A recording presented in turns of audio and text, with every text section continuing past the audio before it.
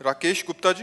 राधा वल्लभ श्री हरिवंश। श्री हरिवंश महाराज जी। महाराज जी, नाम जप में मन नहीं लग रहा महाराज जी, माया घसीट रही है, माया के पहलवानों से पूरी तरह परास्त हो चुका हूँ महाराज जी। ऐसा रहा तो मैं डिप्रेशन में चले जाऊंगा, ऐसा लग रहा है। भंवर नहीं नहीं नहीं नहीं, क्यों डिप्रेशन में क्यों चले जाओगे? जब युद्ध क्षेत्र में उतरे तो परास्त होना या विजयी होना खास बात नहीं, खास बात है डटे रहना, पीठ दिखा के भागना नहीं है। जब हम भगवान के मार्ग में चले हैं तो हमें डटे रहना है। और देखो, मन लगे या न लगे, अगर हमको विष खवा दिया जाए तो मार ही देगा। हम श्रद्धा से पिए या अनजाने में पिए, आग को अगर कोई भूल से छू ले या सही में छुआ दे तो जला ही देगी, क्योंकि उसमें दाहिका शक्ति है, विष में मारण शक्ति है और नाम में तारण शक्ति है। जैसे हम राम राम राधा राधा हरि हरि रट रहे हैं, हमारा मन नहीं लग रहा है तो भी हमारा कल्याण होगा, पक्का कल्याण होगा। इस बात पर विश्वास कीजिए। भगवान को जब ये बोलते हुए अर्जुन जी ने सुना कि जिसको अपने मन को वश में करने की प्रक्रिया नहीं आई, इंद्रियों को वश में नहीं किया, तो उसको योग प्राप्त होना, भगवत प्राप्ति होना कठिन है। जिसका मन वश में नहीं है, जिसकी इंद्रियां वश में नहीं है, उसे भगवत प्राप्ति नहीं हो सकती। तो अर्जुन जी को बड़ा संशय हुआ। अर्जुन जी ने प्रश्न किया कि भगवान, जो आपका नाम जप करता है, इंद्रियों को वश में नहीं कर पाया है, मन को वश में नहीं कर पाया है, फिर उसकी गति क्या होगी? जो इंद्रियों को वश में किए हैं, मन को वश में किए हैं, आपका भजन कर रहे हैं, वो भगवत प्राप्त हो जाएंगे, उनका तो काम बन गया। लेकिन जो नाम जप कर रहा है, कथा कीर्तन कर रहा है, लेकिन उसका मन वश में नहीं है, इंद्रियां वश में नहीं है, जो मन आया सो अपनी मनमानी करवा लेते हैं, तो उसकी गति क्या होगी? तो बहुत सुनने लायक बात है, वो नरक नहीं जाएगा। भगवान के भक्त का पतन नहीं होता, नामे भक्ता प्रणश्यति, भगवान के भक्त का नाश नहीं होता। पहली बात तो नरक नहीं जाएगा, दूसरी बात स्वर्ग नहीं जाएगा, क्योंकि स्वर्ग की उसने कामना नहीं की, मोक्ष होगा नहीं क्योंकि इतना साधन नहीं हुआ। तो उसका कुलवान श्रीवान ऐसे घर में जन्म होगा जहां भक्ति का माहौल होगा, खूब ऐश्वर्य होगा, और बचपन से ही उसे भक्ति का ऐसा अनुकूल वातावरण मिलेगा कि इस जन्म में ऐसा भजन करेगा, इंद्रियों और मन को उसमें करे और भगवान को प्राप्त हो जाएगा। एक जन्म और होगा तो घाटे का तो सौदा है नहीं, डिप्रेशन में क्यों जाओगे? राधा राधा बोल रहे, ये विनाशी थोड़ी है, ये अविनाशी है। ये किसी भी काल में भगवान के भजन का नाश नहीं होता। जो हम भगवान का भजन करते हैं किसी भी काल में नाश नहीं होता। और जितना भजन करते हैं, मान लो हमारा 100 नाम जप हो गया है, तो अब 99 नहीं उतरेंगे, 101 से चलेंगे। किसी भी जन्म में भजन करना। देखो, भरत जी महाराज राज परिवार घर सब छोड़ करके गंडकी नदी के किनारे भगवान की प्राप्ति के लिए साधना कर रहे हैं। एक दिन वो अर्घ दे रहे थे भगवान सूर्य को, इतने में एक सिंह ने दहाड़ मारी और हिरनी ने छलांग लगाई। वो गर्भवती थी, उसका बच्चा जल में गिर गया। अब कोई भी दयावान पुरुष कैसे देख सकता है कि वो बच्चा नवजात पानी में बह जाए? दौड़ के उठा लिया, उठा के अपने आश्रम में लाए, उसका पालन पोषण करने लगे, हरी हरी दूब तोड़ के लाना, पवाना, दुलार करना। अब उसमें ममता हो गई, अब उसको छोड़ ही नहीं पाए। तो अंतिम समय हिरण का चिंतन बन गया। तो अगला जन्म उनका हिरण का हुआ, लेकिन भजन नहीं छूटा। आप भागवत में पढ़ के देख लीजिए, उस हिरण शरीर को गंडकी नदी में खड़ा करते और सूखे पत्ते खा करके वही मंत्र जपते जो राजर्षि भरत के रूप में भजन किया, और अगला जन्म ब्रह्मबोध संपन्न महापुरुष जड़ भरत के रूप में हुआ। भजन का कभी नाश नहीं होता। इसलिए डिप्रेशन वाली तो सब बात ही नहीं। ऐसा तो व्यर्थ तो हो ही नहीं सकता। केवल जबान से नाम जपने मात्र से जीव का परम कल्याण हो जाएगा। राम नाम मणिदीप धर, जीह देहरी द्वार, तुलसी भीतर बाहिरो, जो चाह सुजियार। मन लगे न लगे, राधा राधा कह रहे हैं, राम राम कह रहे हैं, कृष्ण कृष्ण कह रहे हैं, शिव शिव कह रहे हैं, परम आनंद मिलेगा। आप इसकी चिंता न करें। हाँ, जहाँ तक आपका बस है वहाँ तक आप गलत आचरणों से अपने को बचाइए। जब नहीं बचा पा रहे हैं तो भगवान के सामने ऐसे हो जाइए कि हे नाथ, देख लो मेरी सामर्थ्य नहीं, आप ही कृपा करके मुझे बचाओ, और ना बचाओ तो आप ही तारो। मैं जैसा नीच पापी पतित हूं, अब आपका हूं, आप देख लेना।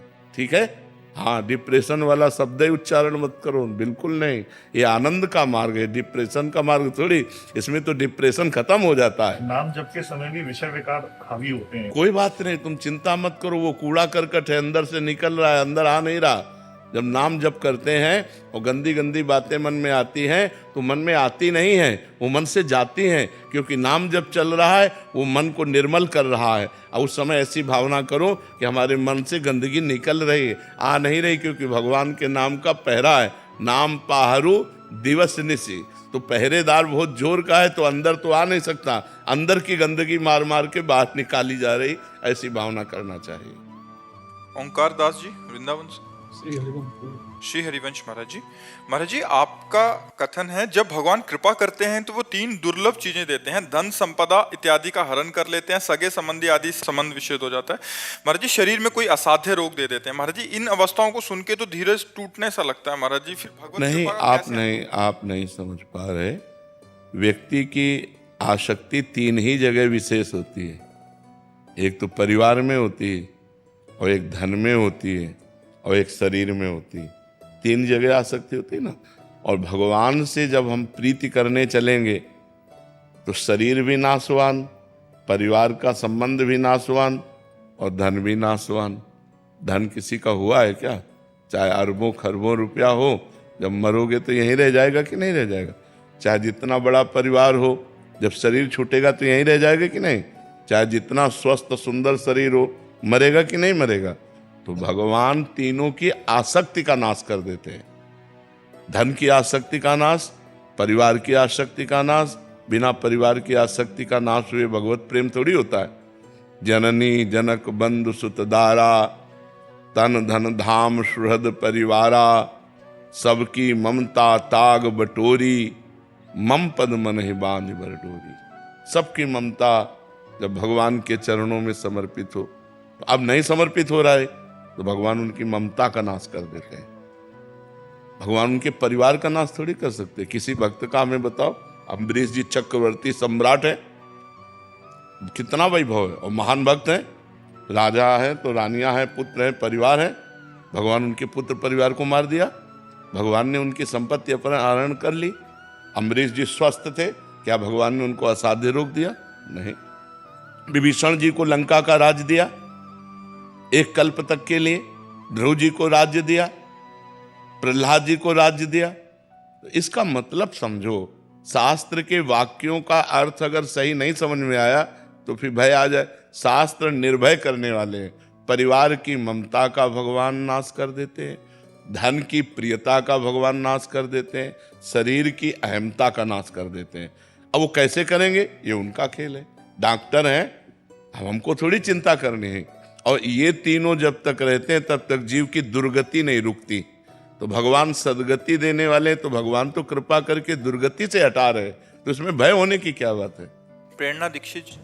राधे राधे राधे महाराज जी जब मन कुछ कहे और हृदय कुछ और, तो उस समय हम क्या चुने, सही मार्ग कैसे पहचाने? अब पहले ये बता, तुम हृदय किसे कहते हो, मन किसे कहते हो? अपनी पहचान आपने विभाग कर दिया। हृदय किसे तुम कहते हो, मन किसे कहते हो?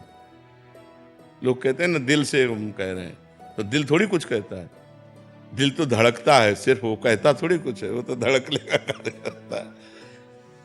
अंतःकरण में 4 हैं, एक है बुद्धि, एक है मन, एक है चित्त, एक है अहम।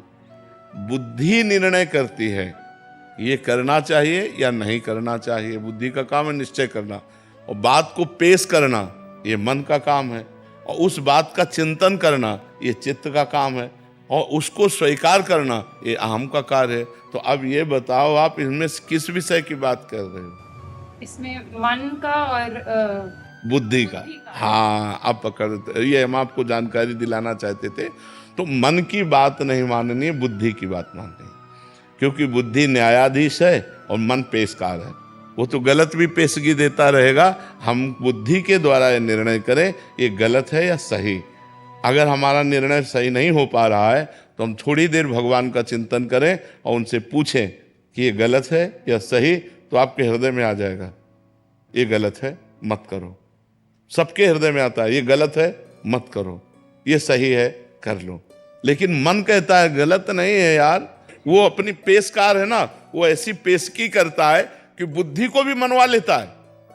पेशकार इतना जोड़ का है कि न्यायाधीश की न्यायाधीशी रखी रहती है, वो अपने अधीन कर लेता है। मन ने बुद्धि को अधीन कर लिया और इंद्रिय ने मन को अधीन कर लिया और विषयों ने इंद्रियों को अधीन कर लिया। हमारी दुर्दशा हो रही हमारी जो दुर्दशा का कारण है वो उल्टा हो गया है। अगर बुद्धि भगवान के चिंतन से विवेकवती हो गई है और मन रूपी लगाम को सही घसीटे तो इंद्रिय रूपी घोड़े सही मार्ग पे चलते रहेंगे। अब उल्टा हो गया है, घोड़े स्वतंत्र हो गए, लगाम ढीली हो गई और सारथी नशे में है। जो ड्राइवर है वो नशे में, तो गाड़ी ठोकेगी तो है ही है, कहीं न कहीं जाके ठोकेगी, कहीं न कहीं तो अपराध बनेगा, गलती तो होगी ही। रूप सलोनी सहचरी जी। श्री हरिवंश गुरु महाराज जी आपके चरणों में कोटि कोटि प्रणाम। महाराज जी अपने शरीर के किसी संबंधी के कल्याण हेतु प्रतिदिन कितनी माला जप करके उसको प्रभु को समर्पित करें कि वो भी प्रभु का भक्त या शरणागत? ऐसा नहीं होता। उसके पुण्य बढ़ सकते हैं लेकिन वो भक्त नहीं बन सकता। भक्त तो साधु समागम में आवे और स्वयं भक्त बनना चाहे तो भक्त बन सकता है, अन्यथा ऐसा नहीं कि हम 10-20 माला उसको दे दें। उसके पुण्य बढ़ सकते हैं, उसको लौकिक लाभ प्राप्त हो सकता है, लेकिन बौद्धिक स्तर जब तक नहीं बदलेगा, जैसे सांप अंदर बिल के है और ऊपर हम इत्र छिड़क दें, चंदन लगा दें, क्या सांप को पहुंच जाएगा क्या? अब हमारी बात सुनो। या लाठी से मारे तो क्या सांप मर जाएगा क्या?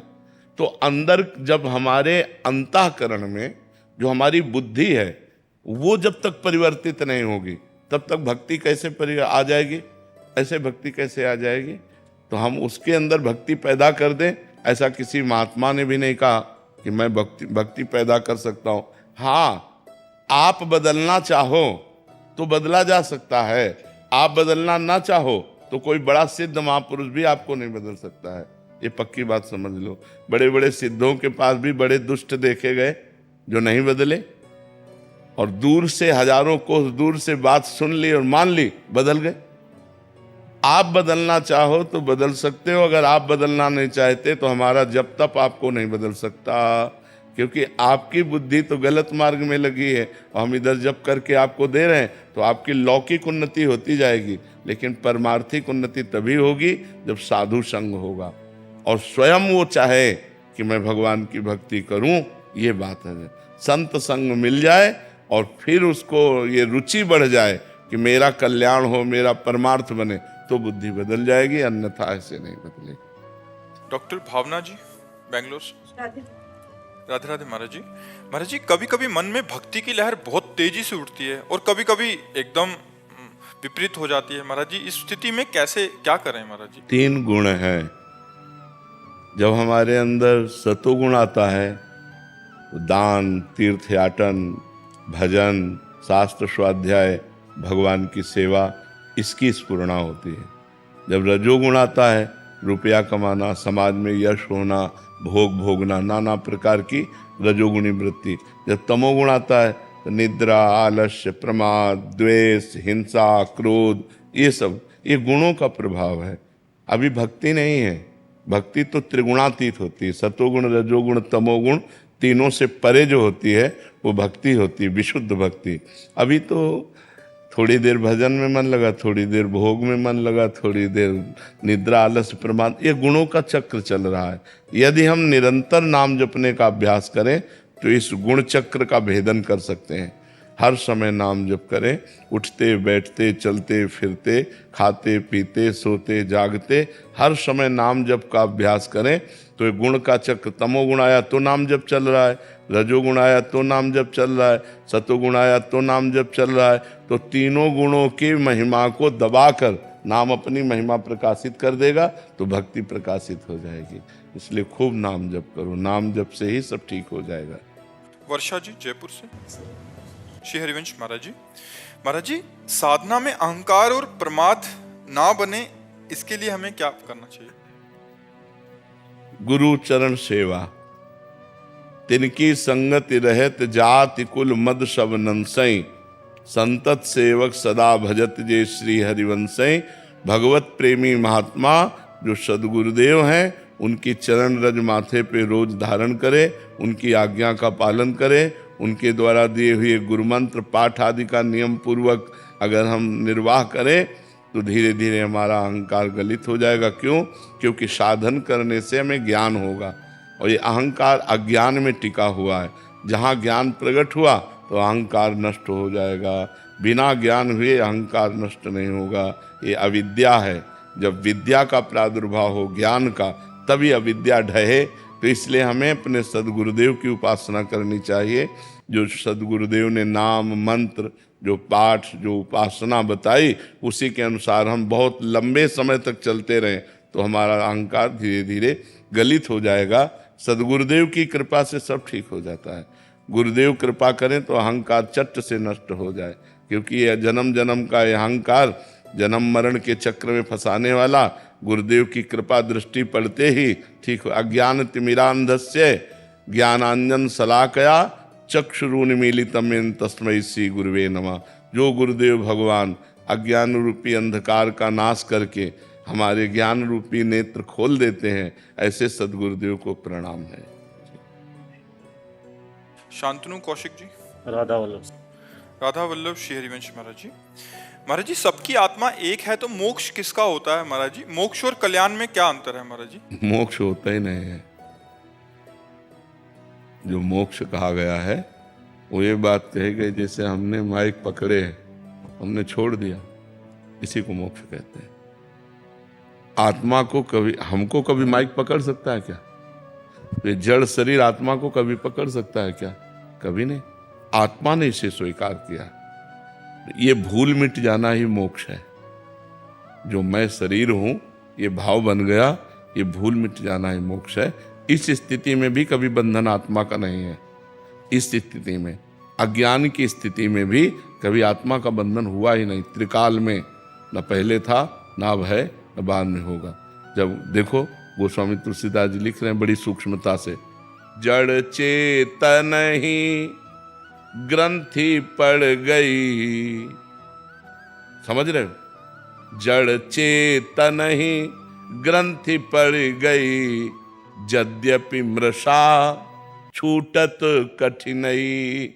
यद्यपि झूठी है, जड़ चेतन की ग्रंथि कभी लगी नहीं सकती, पर छूटत ही कठिनई, क्योंकि हमने पकड़ रखा है। हमने मान लिया शरीर मैं हूं, हमने मान लिया हमारा परिवार है, हमने मान लिया मैं कर्ता भोक्ता हूं। अब बंध गए। यही कर्ता भोक्ता भाव जब दिव्य ज्ञान के द्वारा हटता है और ये भाव आ जाता है कि मैं ब्रह्म हूं, तत्त्वमसि, मैं वही परम तत्व हूं, ये बोध अपने आप से अपने आप का हो गया, मुक्त हो गया। क्योंकि पहले भी मुक्त था, बाद में भी मुक्त रहेगा, बीच में भी मुक्त है। उसने पकड़ रखा, उसको किसी ने नहीं पकड़ रखा, कोई गांठ नहीं बनी। पर छूटत कठिनाई, बिना साधना के छूट नहीं सकती है। समझ पा रहे हो? और कल्याण का मतलब है कि जैसे आपकी दुर्गति रुक गई, आप तप लोग गए, जन लोग गए, महार लोग गए, ब्रह्म लोग गए, स्वर्ग लोग गए, उत्तम लोगों को, ये बात है। लेकिन मोक्ष होना मतलब जन्म मरण चक्र से ही निवृत्त हो जाना, किसी लोकांतर में भटकने की बात नहीं, जन्म मरण से ही मोक्ष हो जाना। अब जन्म मरण नहीं होगा। जिसको ये बोध हो गया, मैं करता नहीं, मैं भोगता नहीं, मैं शरीर नहीं, मैं तो परमात्म स्वरूप हूं, ऐसा बोध हो गया, वाणी से नहीं स्वयं से हो गया। उसकी पहचान है कि उसे कभी मोह नहीं व्याप्त होगा, उसे कभी काम नहीं सताएगा, उसे कभी क्रोध नहीं आएगा, उसे कभी लोभ, ये सड विकार जित अनघ अकामा, कोई उसके अंदर कामना नहीं। वो निष्पाप महापुरुष परम पवित्र आत्मस्वरूप को जो प्राप्त हो गया, वो दिव्य हो जाता है। समझ पा रहे हैं? जानवर गधे का उदाहरण दिया, उसको उसका मालिक बांध देता है। पर न, जैसे हम ऐसे सोचते हैं जैसे वो गधा तो ऐसे नू भाग भी सकता है, ऐसे हम नहीं भाग सकते। मैं खुद परमात्मा हूँ, ऐसा वाणी से अनुभव, ज्ञान से ही अनुभव होगा, भजन से ही अनुभव होगा, भजन से अपने आप से नहीं होगा। नहीं, भजन जब तक नहीं करोगे तब तक ऐसे कैसे अनुभव होगा? जैसे अभी आप ये जान लो हमसे कि आप शरीर नहीं हो, लेकिन आपको पीड़ा होगी तो महसूस होगा ना मेरे खो रहे। आप दर्पण में देखोगे तो महसूस होगा ना मैं अपने को देख रहा हूँ। क्योंकि ये बोध नहीं हुआ, ये वाणी से केवल हो गया। और जब बोध हो जाएगा तो आप कहोगे नहीं कि मैं ब्रह्म हूं, वो अनुभव होता रहेगा और सब दुख सुख समान भाव से सहते हुए जीवन यात्रा पूरी हो जाएगी। महाराज जैसे हम आपने बता रखा नाम जपते हुए सोना चाहिए, ऐसे मैं सोता हूँ पर ना गृहस्थ जीवन में है अशुद्ध हो जाते हैं सोते। हाँ हाँ हाँ, तो नाम जब तो उस समय भी कर सकते। तंद्रा में चलते हैं तो ना अपने आप मंत्र सफरित होने लगता है, इससे कोई अपराध तो नहीं लगता। जैसे जब अब होश में नहीं हो तो कोई बात नहीं है, होश में जब नहीं हो, पक्का कन्फर्म नहीं है, जैसे उसमें ऐसा लगता भी है। हाँ हाँ हाँ हाँ, कोई बात नहीं, उसमें कोई बात नहीं। हाँ उसमें कोई बात नहीं। होश में जब आओ तो राधा वल्लभ से हरिवंश, राधा राधा राधा राधा। देवी कल्याण जी उड़ीसा से। राधे राधे महाराज जी। महाराज जी, श्रीमद् भागवत जी में सुना महाराज जी आपके मुख से कि सुखदेव जी ने श्री परीक्षित जी के अंतिम समय में भगवान और महापुरुषों के चरित्र बोलने के बाद, मतलब पूरा चरित्र बोलने के बाद बोले कि मैंने जो कुछ भी अभी तक वर्णन किया ये है सब वाणी का विलास है। परमार्थ सत्य, मतलब इसमें कैसे, किसका प्रश्न है?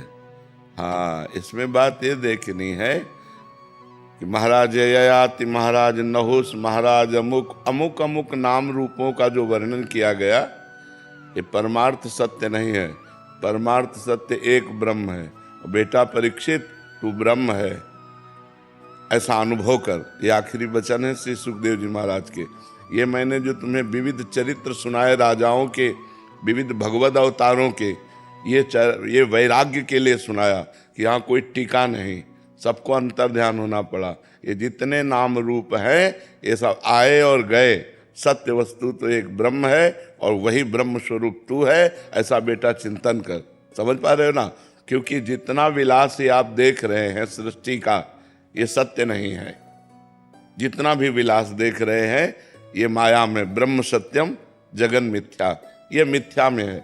तो मिथ्या में राजा नहुस हुए, मिथ्या में महाराज ययाति हुए, मिथ्या में पुरुरवा हुए, मिथ्या में ये।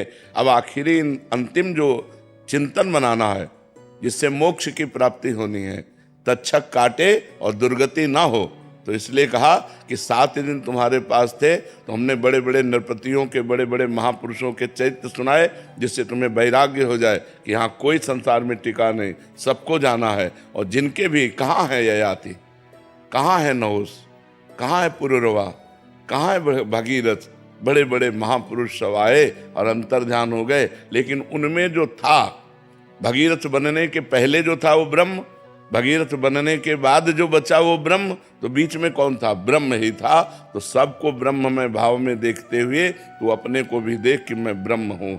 जैसे स्वर्ण है तो पहले भी स्वर्ण था, बाद में आभूषण बिगड़ने के बाद भी स्वर्ण रहेगा, तो बीच में जो आभूषणों के नाम हैं, हार, कंगन, करधनी, अंगूठी, जो भी, वो केवल स्वर्ण ही है, वो नाम रूप मिथ्या है। तो नाम रूप मिथ्या को दिखाया कि जितना भी हमने वर्णन किया ये वाणी का विलास मात्र है।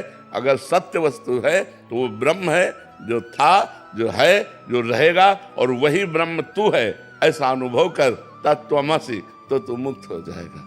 बात समझ में आ रही है? हाँ, वो अंतिम उपदेश जो वेदांत का है वो सार भगवान श्री सुखदेव जी ने वहाँ दिया कि जो सर्व कुछ है वही तू भी है।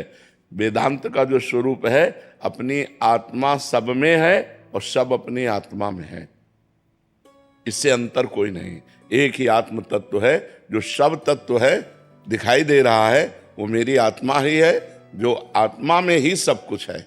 जैसे भगवान कहते हैं कि उमाम पश्यति सर्वत्र सर्वम च मयि पश्यति तस्याहम न प्रणश्यामि सच में न प्रणश्यति। जो सब जगह मेरे को देखता है और मेरे में सबको देखता है, मैं उसकी आंखों से ओझल नहीं होता और वो मेरी दृष्टि से कभी ओझल नहीं होता। ऐसे ही आत्मज्ञान का स्वरूप है, सब अपनी आत्मा है। ये मायामय शब्द है, केवल आत्मा है, वही मैं हूँ, वही मैं हूँ, वही बोध करा रहे हैं। जब बोध कराना होगा तो ये सूत्र लागू हो जाएगा, ब्रह्म सत्यम जगन मिथ्या। तो इसीलिए कहा ये मेरा वाणी का विलास मात्र है। समझ पाए आप जी? नितिन जी बरेली से। राधे राधे। राधे राधे महाराज जी। महाराज जी, साधक को व्यवहार करते समय क्या क्या सावधानियां रखनी चाहिए? क्या सबके साथ एक जैसा व्यवहार करना चाहिए या फिर अलग अलग? जो एक जैसा व्यवहार करता है वो मूर्ख होता है। जैसे बहन, बेटी, पत्नी, माँ, चारों स्त्री हैं, क्या एक जैसा व्यवहार हो सकता है? हमारा ही अंग है, पर क्या एक जैसा व्यवहार हो सकता है? गाल छूने पर धोएंगे नहीं, लेकिन गुदा छूने पर धोएंगे। व्यवहार एक जैसा नहीं हो सकता। पंडिता समवर्तिना नहीं कहा, पंडिता समदर्शिना कहा है। विद्या विनय संपन्ने ब्राह्मणे गविहस्तनी स्वनीचय सुपाके च पंडिता समदर्शिना। सब में एक परमात्मा है। जैसे हम अपने पूरे शरीर को अपना मानते हैं, लेकिन व्यवहार अलग है। पूरे शरीर की पीड़ा हम गुदा में भी होगी तो हम ही को होगी, लेकिन जब हम मलमूत्र के द्वारों को स्पर्श करते हैं तो रज लगाकर, साबुन लगाकर हाथ धोते हैं, लेकिन अन्य अंगों को स्पर्श होने पर नहीं होता। तो हमें धर्म की मर्यादा के अनुसार सब हमारा जो जैसा लगता है हमें व्यवहार वैसा ही करना है, लेकिन दर्शन सब में एक करना है। एक जैसा व्यवहार नहीं हो सकता, कभी एक जैसा व्यवहार नहीं हो सकता। जैसे एक पापी पुरुष है और एक महात्मा है, तो हम पापी पुरुष को उदासीन भाव से देखते हैं और महात्मा को अपने प्रीतम भाव से देखते हैं, साष्टांग दंडवत करके विनय से। लेकिन हम उस पापी में भी परमात्मा देखेंगे और महात्मा में भी परमात्मा देखेंगे। देखना दोनों में एक होगा, बर्ताव दोनों का अलग होगा। एक से हम उदासीन हो जाएंगे, न शत्रुता न मित्रता, और एक को हम अपना प्रीतम मान करके साष्टांग दंडवत करते हुए उसकी वंदना करेंगे। तो व्यवहार तो एक जैसा हो ही नहीं सकता। जो व्यवहार एक जैसा करना चाहता है वो मूर्ख है। हमें विद्या विनय संपन्न ब्राह्मण में, गाय में, कुत्ते में, चांडाल में, हाथी में एक परमात्मा देखना है, भगवान कह रहे हैं। लेकिन बर्ताव कैसे हो सकता है? भगवान आदेश करें, सुनी चय सुपाके चा पंडिता समदर्शिना। जो गाय और कुत्ते में बराबर भगवान को देखे, जो हाथी में, चांडाल में, विद्या विनय संपन्न ब्राह्मण में एक देखे। लेकिन बर्ताव तो नहीं हो सकता ना। चांडाल के पैर नहीं छुएंगे, विद्या विनय संपन्न ब्राह्मण का सम्मान करके उसका आदर करेंगे, गाय का दूध पिएंगे, लेकिन कुतिया का थोड़ी दूध पी लेंगे। अलग अलग व्यवहार है। जो कुतिया को भोजन देंगे वो हाथी को थोड़ी दे सकते हैं। हाथी का क्या, उसका व्यवहार अलग है। उसको 1 कुंतल चाहिए और उसको 2 रोटी चाहिए। 2 रोटी में उसका काम बन जाएगा और 1 कुंतल भोजन हाथी को चाहिए। व्यवहार तो एक जैसा हो ही नहीं सकता, चाहे खान पान किसी भी दृष्टि से देखा जाए। समदर्शिना ये क्रूरापि पापिनो न चस्ताप संभाष्य दृश्याश्चये सर्वान वस्तुतया निरीक्ष परम स्वाराध्य बुद्धिर्मम। जो क्रूर हैं, पापी हैं, दुष्ट हैं, नीच हैं, वो भी मेरे साक्षात इष्ट देव हैं, ऐसा दर्शन कर सकते हैं। जड़ चेतन जग जीव जत सकल राम में जान। बर्ताव नहीं कर सकते। जो दुष्ट स्वभाव के लोग हैं उनसे उदासीन रहना। उदासीनति रही गोसाई, खल परिहरी स्वान की नहीं। शास्त्र जो कहता है वैसा हमें व्यवहार करना। व्यवहार के लिए शास्त्र प्रमाण, तस्मात् शास्त्रम प्रमाणम ते कार्याकार्यो व्यवस्थितो। क्या कार्य करना चाहिए, क्या नहीं करना चाहिए, इसकी आज्ञा शास्त्र के अनुसार हमें बर्ताव करना चाहिए। लेकिन हम दर्शन सब में एक परमात्मा का कर सकते हैं। समझ पाए? कोमल जी हिसार से। श्री हरिवंश गुरुदेव। श्री हरिवंश महाराज जी। गुरुदेव, जब हमें पता है कि हमारे जीवन में अच्छा बुरा सब श्री जी की इच्छा से होता है, तो हम विपत्ति आने पर विचलित क्यों हो जाते हैं? सब पर क्योंकि अध्यात्म बल नहीं है। अध्यात्म बल ना होने के कारण, ज्ञान बल ना होने के कारण हमारी बुद्धि जब दुख आती तो दुख में डूब जाती है, जब सुख आती तो सुख में डूब जाती है। अनुकूलता प्रतिकूलता का भोग करने वाली बुद्धि संसारिक होती है, और जो अनुकूलता और प्रतिकूलता में समता को धारण करे वो आध्यात्मिक बुद्धि होती है। इसीलिए अध्यात्म सर्वश्रेष्ठ सुख है, आत्यंतिक सुख है, जहाँ दुख का नामो निशान नहीं है। बड़े बड़े दुख में भी जो मुस्कुरा करके निकल जाए उसे आध्यात्मिक कहते हैं। सुख दुखे समय कृत्वा लाभा लाभो जया जयो। सुख दुख में, लाभ हानि में, जय पराजय में जो समान भाव रखता है वही योगी है, वही परमात्मा का मार्ग का अनुसरण करने वाला साधक है। तो अब अभी आप भगवत चिंतन उतना नहीं कर पा रहे हैं जिससे आपके अंदर समता आवे, तो आप नाम जप करो, शास्त्रों का स्वाध्याय करो, सत्संग करो, और जब दुख आवे तो उस समय विचार करो, ये मेरे किसी कर्म का फल है जिसको मैं भोग करके पवित्र हो रही हूँ। और जब सुख आवे तो भगवान की दया का स्मरण करते हुए दूसरों में बांटो। अपने सुख को दूसरों में बांट करके दूसरों को सुख देने की भावना करो, तो सुख के अभिमान से रहित हो जाओगी, और उधर दुख के भोग से रहित हो जाओ। अगर सुख का भोग ना करे लौकिक, तो दुख का भोग अपने आप नहीं होगा। अगर राग ना करे तो द्वेष होगा ही नहीं, काम ना हो तो क्रोध होगा ही नहीं, क्योंकि काम से ही क्रोध, राग से ही द्वेष और सुख भोग की लालसा ही हमें दुख का अनुभव कराती है। गुरुदेव, जैसे हम श्री जी के सामने अपनी इच्छाएं रख देते हैं, सारी इच्छाएं रख देते हैं, श्री जी के सामने सब इच्छाएं रख देते हैं और उसके बाद अपनी इच्छा रख के श्री जी को बोल भी देते हैं कि श्री जी देख लेना, आपको जो उचित लगे ना आप वही करना। जी बिल्कुल, उत्तम बात है, ये उत्तम समर्पण की वृत्ति है। लेकिन अभी समर्पण हुआ थोड़ी है, ये तो वाणी से समर्पण है। तनुवांग मनोभिर अमलई सोहम तो आश्रिता। तनु माने शरीर, शरीर से सारी क्रियाएं श्री जी के लिए हों। कोई भी क्रिया प्रतिकूल से विसर्जनम, जो प्रतिकूल है उसका त्याग हो जाए, तो शरीर का समर्पण, जो अभी आप बोले ये वाणी का समर्पण। और जब मन प्रियालाल के सिवा, धर्म के सिवा कहीं जाए ना, तो मन का समर्पण। और जो स्वयं में अहम बना रहे कि मैं श्यामाजू की, मैं प्रियालाल की, तो अहम का समर्पण। तनु वांग मनोभिर अमलई सोहम तो आश्रिता। निष्काम भाव से, किसी स्वार्थ के वशीभूत होकर नहीं, हे लाडली जू, शरीर से, मन से, वाणी से और स्वयं से मैं आपकी शरण में हूं, तब बात बनती है। स्वयं से भी और वाणी से भी और तन से भी और मन से भी। तन की सारी क्रियाएं भगवत, मन का सारा चिंतन भगवत में, स्वयं भगवान के आश्रित। और शरीर से जब हम क्रियाएं भागवतिक करेंगे ना, तो अपने आप आनंद आने लगेगा। जब हमारे द्वारा शरीर से प्रतिकूल चेष्टाएं होती हैं, तो वही पाप बनकर हमको दुख देते हैं, अन्यथा दुख की कोई गुंजाइश ही नहीं है। क्योंकि जीव ईश्वर का अंश, चैतन्य घन, अमल, अविनाशी सुख स्वरूप है। वो किसी साधन का करे या ना करे, वो सुख स्वरूप है। पर अपने स्वरूप का विस्मरण करके देह भाव में आकर हमारे द्वारा कुछ ऐसे गलत कार्य हो जाते हैं जिनको पाप कहते हैं, और वो हमें चिंता, शोक, भय, दुख प्रदान करते हैं। महाराज जी, क्या आगे चल के ऐसी स्थिति भी आती है कि ये प्रार्थनाएं भी खत्म हो जाती हैं कि अच्छा करो या बुरा करो, ये भी खत्म हो जाती है? हाँ, सब खत्म हो जाता है। क्योंकि जब शरणागति हो जाती तब ये बातें नहीं रहती, मैं आपकी शरण में हूँ, मेरी वो यंत्रवत चलता रहता है। हाँ बिल्कुल यंत्रवत होता है, और उससे बुरा हो नहीं सकता। क्योंकि अहंकार में ही समस्त दोष विराजमान है। संस्कृति मूल शूल प्रद नाना, सकल शोकदायक अभिमाना। जो देहाभिमान है, यही जन्म मरण का हेतु है। इसी में काम क्रोध आदि का अटैक होता है, यही हमको बांधे हुए है।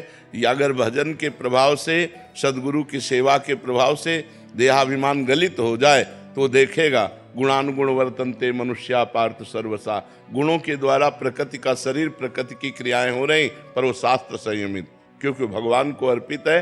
अहम गलित हो गया, अहम से पाप होता है। मैं स्त्री हूं तो पुरुष का आकर्षण, मैं स्त्री हूं तो नाना प्रकार के व्यवहार का सृजन, मैं यही हमारे जन्म मरण का हेतु है। और जब यही मैं शुद्ध ब्रह्म स्वरूप हो जो है अनुभव आ जाता है, तो फिर ये सब मलिनताएं नष्ट हो जाती हैं। उसी जब हम भगवान की शरण में हो गए तो अहम नष्ट हुआ, या हम ब्रह्म स्वरूप का चिंतन किया तो अहम नष्ट हुआ। अहम नष्ट हुआ तो गलत काम हो ही नहीं सकते, पाप हो ही नहीं सकता। अगर कोई व्यवहार में ऐसी त्रुटि हो जाती, तत्काल भस्म हो जाती, उसके ऊपर लागू नहीं होती, क्योंकि अहंकार नहीं है। अभिनव जी दिल्ली से। राधे राधे स्वामी। राधे राधे महाराज जी। महाराज जी, देह त्यागने के बाद हमारे इष्ट भगवान की प्रतिमा की चिंता होती है महाराज जी, उनका ध्यान कौन रखेगा महाराज जी? हाँ, ये तो होती है, प्यार के कारण होती है, पर ये तो होगा, ये तो होगा। सब बड़े बड़े महापुरुषों का, जैसे आचार्यों का, हरिदास जी के ठाकुर बिहारी जी तो सेवा हो रही ना, हरिवंश महाप्रभु के ठाकुर जी राधा वल्लभ लाल तो सेवा हो रही, गोपाल भट्ट जी के राधा रमण जी तो सेवा हो रही। अब अपने ठाकुर हैं तो बस यही है, जब तक जीवित हैं तब तक सेवा। अब इसके बाद उनकी क्या लीला होगी वो खुद जाने, समर्थ है, वो अपना कर लें जो व्यवस्था उनकी करनी हो। पर प्रेमी जनों को तो चिंता होती है। ऐसी हमें भी हुई थी, जब हमारा शरीर अत्यंत अस्वस्थ, अब भी अस्वस्थ ही रहता है, तो हमें चिंता हुई कि हमारी श्री जी की सेवा कौन। तो श्री जी ने हजारों हाथ प्रकट कर दिए, हजारों लोग सेवा में सब। तो अगर अपनी प्रियता इष्ट के प्रति है तो वो व्यवस्था कर लेंगे, वो व्यवस्था जीते जी हमारे सामने सेवा होने लगी। हमें चिंता थी कि अब हम सेवा नहीं कर पा रहे, कैसे सेवा होगी श्री जी की सेवा। और बहुत अच्छे से सब सेवा हो रही, श्री जी के ऐसे प्रताप उदय हुए, वो अपनी सेवा करा रहे हैं। तो ऐसे ही अपने इष्ट से प्रार्थना करें कि आप अपनी देख लेना, अपनी व्यवस्था कर लेना, तो किसी न किसी को प्रेरित करके वो उनके पास चले जाएंगे। जैसे एक वयोवृद्ध माता मथुरा में रहती थी, तो ठाकुर मदन मोहन जी उनके घर में रहते थे, तो सेवा करती थी। तो उनको चिंता हुई कि मेरे बाद इनकी सेवा कौन करेगा। तो भिक्षा मांगने गए सनातन गोस्वामी, तो ठाकुर जी ने कहा इनको दे दो हमें। सनातन गोस्वामी को दे दिया। और आज भी मदन मोहन जी करौली में है, करौली में मदन मोहन जी विराजमान है। वो ठाठ बाट से सेवा हो रही ठाकुर जी की।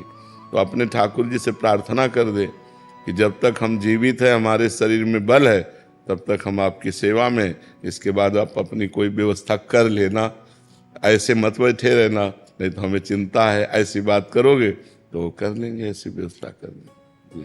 ये होती है, प्रेमी जनों को होती है, ये हमारे बाद हमारे इष्ट को कौन दुलार करेगा, ये होता है, ऐसा होता है, ऐसा होता है। मतलब बहुत जोर से होता है।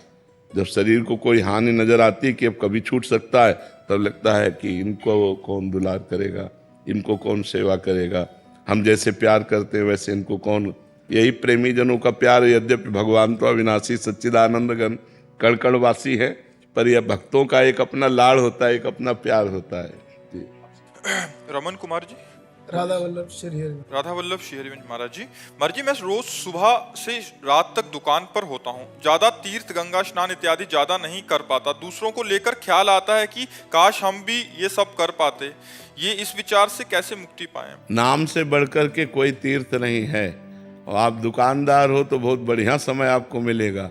ग्राहक में भगवान की भावना करो और ईमानदारी की तौल रखो और ईमानदारी का मुनाफा रखो और उसके अनुसार व्यवहार करते हुए नाम जप करो। तीर्थ में बैठे हो आप, अपनी दुकान में हो, मानो तीर्थ में बैठे हुए हो। जहाँ भगवान का नाम है वहाँ समस्त पवित्रता रहती है। जो निरंतर भगवान का नाम जप करते हैं वो तीर्थों को तीर्थत्व प्रदान करने की सामर्थ्य रखते हैं। तीर्थी कुर्वन्ति तीर्थानि, वो तीर्थों को भी। तो नाम जप बहुत बड़ी पवित्र वस्तु है। तो आप सोचो कि वो तीर्थ जा रहे हैं और मैं बैठे बैठे नाम जप कर रहा हूँ। भगवान की हम पर बड़ी कृपा है। नाम जप करते हुए बेईमानी ना करो, कम मत तौलो। जो भी व्यापार कर रहे हो बिल्कुल शुद्ध व्यापार करो कि भाई 100 का लाएं 125 का देते हैं। इसमें कोई बेईमानी नहीं है, क्योंकि हम व्यापारी हैं, हमारे परिवार है, उसी से चलता है परिवार। तो ऐसे नाम जप करते हुए, हाँ, अब उसमें मीटर में कमी मत करो, लीटर में कमी मत करो, तौल में कमी मत करो। बस ये बात सही रखो। और मुनाफा तो सबको ही लेता है, व्यापार तो मुनाफे के लिए ही होता है। और खूब नाम जप करो। तीर्थ, जितने भी तीर्थ है वो सब तीर्थपाद भगवान के हैं। और जब आप नाम जप करोगे तीर्थपाद भगवान का, तो आप परम पवित्र हो जाओगे। देखो, अपवित्र पवित्रो वा सर्वावस्थांगतो पीवा यह स्मरेत पुंडरीकाक्षम सवायाभ्यंतरा शुचि। वो वाह्य और अभ्यंतर दोनों से पवित्र हो जाता है जो कमल नयन भगवान श्री हरि का स्मरण करता है। तो अब आपको कौन से तीर्थ जाने की जरूरत? कमल नयन भगवान श्री हरि का हरिशरणम हरिशरणम हरिशरणम, परम पवित्र हो आप। किसका प्रश्न था, समझ गया? हाँ जी। सुलेखा जी, सागर से। राधे राधे महाराज जी। महाराज जी, जीवन मुक्त अवस्था के लिए क्या करना पड़ेगा मुझे? बहुत कठिन साधना करनी पड़ेगी। जीवन मुक्त होना कोई साधारण किसका प्रश्न है? हाँ, सबसे पहली साधना गुरु शरण, दूसरी साधना लोक परलोक के भोगों से वैराग्य, तीसरी साधना बहुत प्रवीण विवेक, चौथी साधना इंद्रियों को वश में करना सम, फिर मन को वश में करना दम, और फिर तितिक्षा, हर कष्ट को सहने की सामर्थ्य, और फिर श्रद्धा, शास्त्र और गुरु में अपार श्रद्धा, और फिर समाधान, चित्त का निरंतर लक्ष्य पे स्थित रहना भगवत प्राप्ति के लिए लक्ष्य में, और मुमुक्षता, मैं मुक्त हो जाऊं, ये प्रबल इच्छा, और गुरु की शरण में तो फिर जाकर के कहीं जीवन मुक्त अवस्था आती। बहुत कठिन बात है, बहुत कठिन बात है, पर है कठिन, असंभव नहीं है। असंभव नहीं, पर है कठिन। अब ऐसे नहीं कि हलवा पूड़ी खाते हुए जीवन मुक्त हो जाए। हलवा पूड़ी खाते हुए तो जीवन मुक्त नहीं होगा, उसको तो साधना में लगना पड़ेगा, कठिन साधना करनी पड़ेगी, तब देह राग नष्ट होगा। ऐसे थोड़ी जन्म जन्मांतर से हम देह भाव में विचरण कर रहे हैं, तो देह भाव बिना नष्ट हुए जीवन मुक्त तो नहीं हो सकता। लोक परलोक की गति तो बन सकती है, दान पुण्य नाम आदि, लेकिन जीवन मुक्त होने के लिए, जीते जी जीवन मुक्त होने के लिए ब्रह्मबोध आवश्यक है। बिना तत्व ज्ञान हुए, ब्रह्म बोध हुए वो जीवन मुक्त नहीं कहला सकता। और सब मार्ग हैं, लेकिन जीवन मुक्त के लिए ब्रह्म बोध आवश्यक है। जब तक स्वरूप बोध नहीं होगा तब तक वो जीवन मुक्त नहीं कहलाया जा सकता। वो भक्त कहला सकता है, वो योगी कहला सकता है, वो और भी साधन है, लेकिन जीवन मुक्त होने के लिए तत्व ज्ञान की आवश्यकता है। बिना ब्रह्म बोध हुए जीवन मुक्त नहीं हो सकता है। जी, हरि कृष्ण जी दिल्ली से। राधे राधे। महाराज जी, ज्यादा सुखी होना किसे कहते हैं? जो भगवान में प्रफुल्लित है। गदगद सुर नैना सजल दंपति रस रहे भीन। हर समय भगवान की रूप माधुरी, लीला माधुरी में सुखी, वो ज्यादा सुखी। धनी थोड़ी सुखी है। कबीरा सब जग निर्धना, धनवंता नहीं कोई, धनवंता सोई जानिए जाके राम नाम धन हो। जो भगवान के नाम में निरंतर डूबा हुआ है, भगवान के ध्यान में डूबा हुआ है, वही सुखी। ब्रह्मभूता प्रसन्नात्मा न शोचते न कांक्षते समाः सर्वेषु भूतेषु मद भक्तिम लभते पराम। ये परम सुख की पहचान है। न कोई शोक है, न कोई चिंता है, और ब्रह्मभूत हो चुका है, अर्थात ब्रह्म अनुभूत हो चुका है। उसको जो परमानंद का अनुभव होता है वो किसी को, ब्रह्मा को भी नहीं। परमेष्ठी पद में भी सुख नहीं है। जो परमात्मा के ज्ञान में सुख है, परमात्मा बोध में सुख है, वो ब्रह्मा को भी नहीं। क्योंकि जब परमात्मा आनंद प्राप्त हुआ तो कहते न पारमेष्ठ्यम, न महेंद्रधिष्ण्यम, न सार्वभौमम, न रसाधिपत्यम, न योग सिद्धि अपनर्भवम वा। बोले मुझे ना तो पर ब्रह्मा का पद चाहिए, ना सम्राट पद चाहिए, न देवराज इंद्र का पद, न योग की सिद्धियां, न। क्यों? अब जो सुख मिला भगवान में, भगवान की सेवा में, भगवान के नाम जप में, या तत्व ज्ञान में, तत्व बोध में, वो सुख कहीं त्रिभुवन में माया जनित रचना में थोड़ी है। तो सुखी कौन? जो हरि का दास या तत्व बोध संपन्न महात्मा। इसके अलावा और कोई सुखी नहीं। सुखी है तत्वबोध संपन्न महात्मा या भगवान का जो नाम जप करते हैं, भजन करते हैं, ईमानदारी से चलते हैं, सच्चाई से चलते हैं, पाप कर्म नहीं करते, वही सुखी है। अन्यथा सब दुख के पछड़े में फंसे हुए हैं। चाहे अरबों रुपया बैंक में हो, क्लेश, अशांति, चिंता, शोक, भय, ये सब सताते रहते हैं।